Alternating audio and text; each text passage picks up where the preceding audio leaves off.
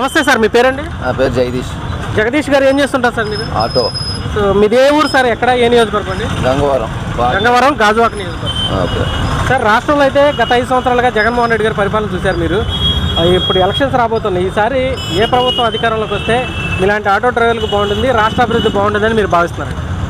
జగన్మోహన్ రెడ్డి అయితే ఇంకా దేశమే నాశనం అయిపోతుంది. నెక్స్ట్ చంద్రబాబు నాయుడు వస్తేనే బాగుంటుంది. ఆటోడు 10,000 ఇస్తున్నాడు. పోలీసులు కేసులు అన్ని రేట్లు ఎక్కువే. ప్రతిదీ రేట్లు ఎక్కువే. జగన్మోహన్ రెడ్డి వచ్చి పని చేసిన వాళ్ళకి పని లేవు. ఆటో చేసిన వాడు ఏంటంటే 10,000 ఇచ్చేస్తున్నాడు. పోలీసులు ఏమంటున్నారంటే 10,000 తీసుకుంటున్నారు, జగన్ ఇస్తున్నాడు కదా, ఫోటో తీసేస్తే నీకేం 2,000 కట్టు 3,000 కట్టు అంటున్నాడు.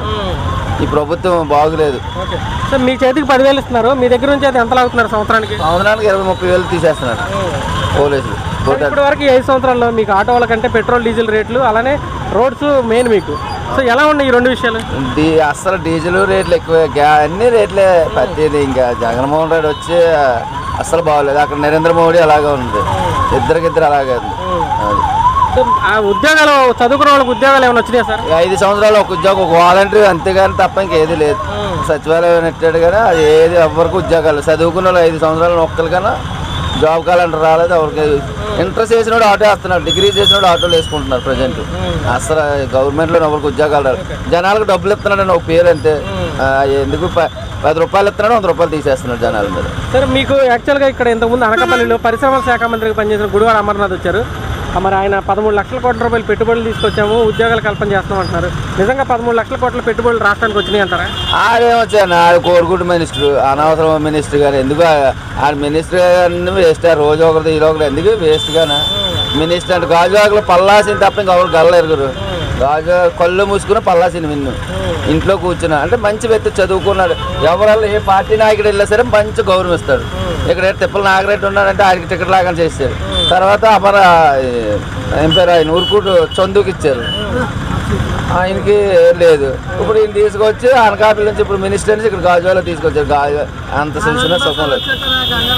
సార్, యాక్చువల్గా మీ పార్లమెంట్ పరిధిలో మీకు విశాఖ రైల్వే జోన్ అనేది రావాల్సి ఉంది, అది రాలేదు. అలానే మీ స్టీల్ ప్లాంట్ మీ నియోజకవర్గంలో ఉంది, అది ప్రైవేటీకరణ చేస్తున్నారు. మరి పార్లమెంట్లో పోరాడి నిధులు తీసుకొచ్చి ఇక్కడ ఈ ప్రాంతాన్ని అభివృద్ధిగా ఎంపీలుగా అయితే ఎవరు చేయాలనుకున్నారు? భర్త గారు చేయగలరంటారా, బొత్స ఝాన్సీ గారు చేయగలరా? భర్త చేయగలరు, లేదంటుంటే ఏం పేరు ఆయన శ్రీకాకుళం రామ్మోహన్ నాయుడు అయితే చేయగలరు. అలా భర్త గారు ఎంఎస్ మూర్తి కాబట్టి వీళ్ళిద్దరు అయితే కరెక్ట్గా చేయగలరు. ఏంటి సార్, బొత్స గారి ఫ్యామిలీ మీద అసలు మీ అభిప్రాయం ఏంటి? అసలు అది ఎక్కడో సిపిరి బిల్లు వచ్చి ఇక్కడ గోజాల్లోనే పోటీ చేసేది, అలాగే 10 విశాఖపట్నంలోనే అలాగే చేస్తారు జనాలు. ఏంటంటే అదే అసలు సిపిరి బిల్లో పోటీ చేసుకోవాలి. ఇక్కడ చేసేది విశాఖపట్నంలో వేసేస్తారా?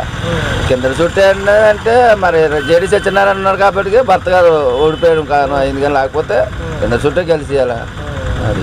Thank you sir. సార్, మీ పేరు? నా పేరు తిరుపతి. ఏం చేస్తుంటారు? మేము టాపీ పని చేస్తాం. ఎలా ఉందన్న ఈరోజు తాపీ పని పరంగా పనులు ఏ విధంగా ఉన్నాయి? పనులాడుండి ఇసుక లేక, జగనాన్ని ఎక్కిన కాడి నుంచి ఇసుకేది, ఇసుక లేక పనులు లేక. అది అంటే మీది కృష్ణా నది పరివాహక ప్రాంతమే కదా, మీకు ఇసుక దొరకపోవడానికి కారణం ఏంటంటే? మాకు ఇసుక దొరకబాట కారణం ఏంటంటే జగన్మోహన్ రెడ్డి గారు. అంతకుముందు మాకు ఇసుక చంద్రబాబు ఉన్నప్పుడు 1000 రూపాయలకి 1200కి ఇంటికి వచ్చేది. ఇవాళ 5,000 6,000 అట్లా తీసుకుంటున్నాం.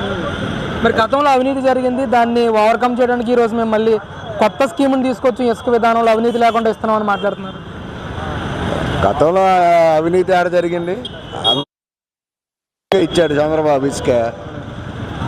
అవినీతి జరగడానికి దాంట్లో ఆస్కారం ఏముంది? ఎవరికి నచ్చినట్టు వాళ్ళు పోయి సీనరైజీ కట్టుకొని టాటర్ వేసుకొచ్చుకునేవాళ్ళు. మన జగన్మోహన్ రెడ్డి గారు వచ్చినాక కిస్ట్లోకి అడుగు పెట్టేవాళ్ళు లేడు. అడుగు పెడితే కాళ్ళు ఏరుకొడుతుండే. ఆయన ఇష్టం వచ్చిన ఆయన రేటు, ఆయన చెప్పిన రేటుకి కొనుక్కోవాలి, లేదంటే మెలకుండా ఉండాలి. దానికి తగ్గట్టు ఈ మున్సిపాలిటీ ప్లాన్లు కూడా బాగా విపరీతంగా రేట్లు. 2 లక్షలు మంగళగిరిలో ఇల్లు కట్టాలంటే ప్లానింగ్కి. మరి ఇంకేడ కడతారు సామాన్యులు? డబ్బు ఉన్నవాడు అయితే కొద్దిగా కట్టుకోగలుగుతాడు, డబ్బు లేనివాడు కట్టలేదు. ఎన్ని సంవత్సరాల నుంచి మీరు ఈ ఫీల్డ్లో ఉంటున్నారు? నేను దాదాపు 20 సంవత్సరాల నుంచి ఉన్నాను. ఎప్పుడైనా ఇలాంటి పరిస్థితి చూసారా? లేదండి, ఎప్పుడు లేదు. ఎప్పుడు కావాలంటే అప్పుడు ఇసుక లారీ తోలుకున్నాను కదా, అయిపోగానే చెప్పుకుంటే ఎమ్మటే వచ్చేది. ఇప్పుడు ఆ పరిస్థితి ఆడుంది. చెప్పినాక 10 రోజులకి 5 రోజులకి అట్లా పంపిస్తున్నారు. అసలు ఇసుక మీద ఆధారపడి ఎన్ని రంగాలు బ్రతుకుతాయంటారు? ఒక సెంటరింగ్ వాళ్ళు కానీ, ఒక కార్పెంటర్ మేస్త్రి కానీ, ఒక రాడ్ బెల్లింగ్ మేస్త్రి కానీ, ఒక పెయింట్ మేస్త్రి కానీ, మట్టి పని చేసుకునే వాళ్ళు కానీ కూలి పని చేసుకునే వాళ్ళు కానీ అన్ని రంగాలు భవన నిర్మాణ కార్మికుల మీద ఆధారపడింది. మరి అలాంటి వాళ్ళు అందరికీ ఉపాధి లేకుండా ఇళ్ళ కాడ ఉంటున్నారు. మరి ఏం చేస్తారు? 2 రోజులు చేస్తే 3 రోజులు ఇంటికాడ, ఇంట్లో గడవక హాస్పిటల్కి వెళ్తాకి నిన్న బాగోపోతే హాస్పిటల్కి వెళ్ళామనుకో ఆడ ఆరోగ్యశ్రీ కూడా లేదు. తీసేశారుగా, ఈయన డబ్బులు కడతలేదంటే ఆరోగ్యశ్రీలు కూడా తీసేశారు. మీకు పక్కనే రాజధాని ప్రాంతం కూడా ఉంది, అక్కడ పనులు ఏం జరగట్లేదా? పనులు ఆడ జరుగుతున్నాయండి. మీరు వెళ్ళి ఒకసారి చూడండి, పనులు ఏమైనా జరుగుతున్నాయేమో. ఉన్నాయి అడవిలాగుండి పావులు అవి చేరి తిరుగుతుంటే ఏమున్నాయి ఆడ? ఏమి లేదు. గతంలో అమరావతి పనులు జరిగినప్పుడు మీకు పనులు ఉన్నాయా? బ్రహ్మాండంగా ఉన్నాయి. అసలు ఇట్లా ఉండేది ఆ రోడ్డు ఖాళీ, జనం దేనికన్నా వ్యాపారస్తులకి వ్యాపారాలు ఉన్నాయి, అందరికీ ఉన్నాయి. ఈ జగనాన్ని ఎక్కిన కాడి నుంచి అసలు ఏమీ లేదు. ఓవరాల్గా ఎలా అనిపించింది 4 సంవత్సరాల 10 నెలల పరిపాలన జగన్ గారికి? మాకైతే బాగాలేదు భవన నిర్మాణ కార్మికులకి. అది అంటే సంక్షేమ కార్యక్రమాలు ఇస్తున్నామని చెప్తా ఉన్నారు. ఏమి ఇస్తున్నాడు? 100లో 10 మందికి ఇస్తున్నాడు, వాళ్ళకి ఇవ్వట్లేదు. వచ్చిన వాళ్ళు ఆనందపడుతున్నారు, రాని వాళ్ళు ఏడుతున్నారు. అది రేట్లు ఎలా అనిపిస్తున్నాయి అసలు ఈరోజు?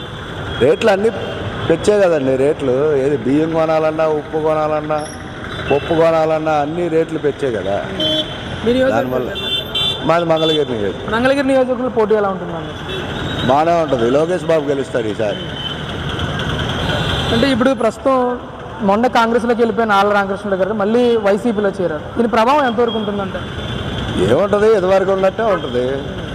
ఇప్పుడు అసలు నంబరు మొన్నటిదాకన్నా కొద్దిగా గొప్ప విలువ ఉంది ఆయనకి. ఇప్పుడు అసలు అది కూడా ఉంది. అది అంటే నారా లోకేష్ గారు గెలుస్తారని ఎంత కాన్ఫిడెంట్గా ఎలా చెప్తున్నారు? ఆయన వస్తే మళ్ళీ ఇసుక కానీ ఏదన్నా కానీ మాకు పనులు చేసుకునే వాళ్ళకి బాగా దొరికిద్దని మాకున్న నమ్మకం. అది ఓవరాల్గా 2024 ఎలక్షన్ మీద మీ అభిప్రాయం ఏంటి? అభిప్రాయం అంటే జనసేన టీడీపీ ఒకవైపు పోటీకి వస్తూ ఉన్నాయి, ఒకవైపు వైసీపీ. ఎవరికి పట్టం కట్టే అవకాశం? టీడీపీకి జనసేనకి పట్టం కడతారు. చంద్రబాబు నాయుడు గెలుస్తారంటారు? గెలుస్తారు. చంద్రబాబు నాయుడు గెలిస్తే ఎలా ఉంటుంది అంటారు?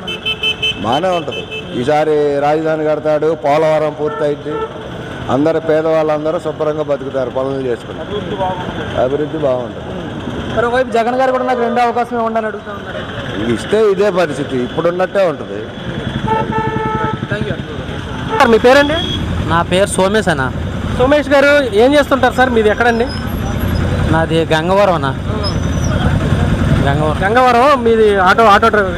ఆటో డ్రైవర్ అన్న. ఏమన్నా చదువుకున్నారా మీరు? లేదు, ఏం చదువుకోలేదన్న. సార్, గత 5 సంవత్సరాలుగా రాష్ట్రంలో జగన్మోహన్ రెడ్డి గారు పరిపాలన చేశారు. మరి ఇప్పుడు ఎలక్షన్స్ రాబోతున్నాయి కొద్ది రోజుల్లో. మరి ఈసారి ఎవరు ముఖ్యమంత్రి అయితే, ఏ ప్రభుత్వం వస్తే రాష్ట్ర అభివృద్ధి బాగుంటుంది? తెలుగుదేశం, జనసేన, బీజేపీ ప్రభుత్వం, లేదంటే జగన్మోహన్ రెడ్డి గారు? కూటమి వస్తే బాగుంటుంది అనుకుంటున్నాం. ఎందుకని సార్ కూటమి ఎందుకు కావాలనుకుంటున్నారు? టీడీపీ జనసేన 3 పొత్తు కదా, కేంద్రంతో పొత్తున్నారు కదా, ఏదైనా అభివృద్ధి జరుగుతుంది అనేసి.